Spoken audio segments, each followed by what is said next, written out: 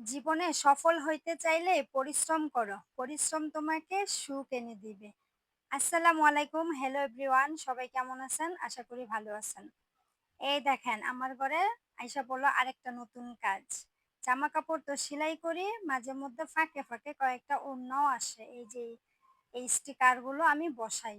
এই যে স্টিকার গুলো দিয়েছে। এখানে অনেকগুলো ওড়না প্রায় ২ টা পেটি তো ১৫০ করে ৩০০ পিস ওড়না। হঠাৎ করেই চলে আসছে, এগুলো বসাইতে বলছে।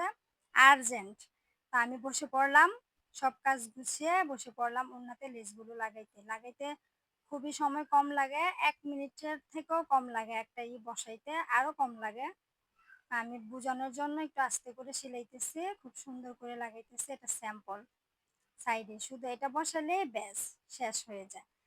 জীবনে পরিশ্রম করলে পরিশ্রমের ফল পাওয়া যায়। রাত দিন খাটি, যেমন পরিশ্রম করি তেমন পরিশ্রমের মিষ্টিটাও আমিই পাই। আমার অনেক ভালো লাগে।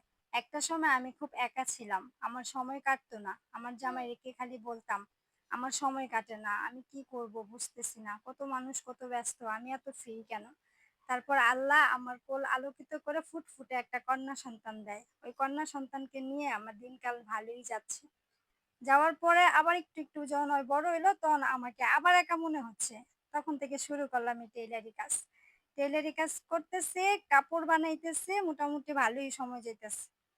এর ৩ বছর পরে আবার একটা পুত্র সন্তান আইলো আমার ঘরে। এখন তো আমি আরো ব্যস্ত। এখন ২ টা সন্তান, ২ টা সামলাইতে হয়, সংসার, নামাজ কালাম।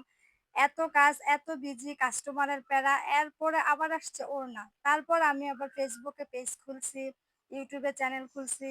এগুলোও চালাইতে হয় আমার, সংসার সামলাইতে হয়। আমি মানে এত বিজি, এত বিজি, কখনো এত বিজি ছিলাম না। এতটাই ফ্রি ছিলাম মানে আমি বুঝতে পারতাম না যে আমি এত ফ্রি কেন? আমার সময় কাটে না। আমি কিভাবে সময় কাটাবো? এখন বিশ্বাস করেন ভাই, আমার এক ফোঁটাও সময় নাই। আমি অনেক বিজি। ওড়নাগুলো রেডি করে ফেলছি। এখানে ১৫০ আর ১৫০ ওড়না রেডি করব। মানে এইগুলো হইছে। রাতের বেলা ১৫০ করছি। ফজরের পরে উইঠা, ফজরের নামাজের পরে বাকি ১৫০ করছি। ৭ টার মধ্যে আমি ৩০০ ওড়না রেডি করে রাখছি। এগুলো ডেলিভারি নিয়ে গেছে এরপরে আইসা।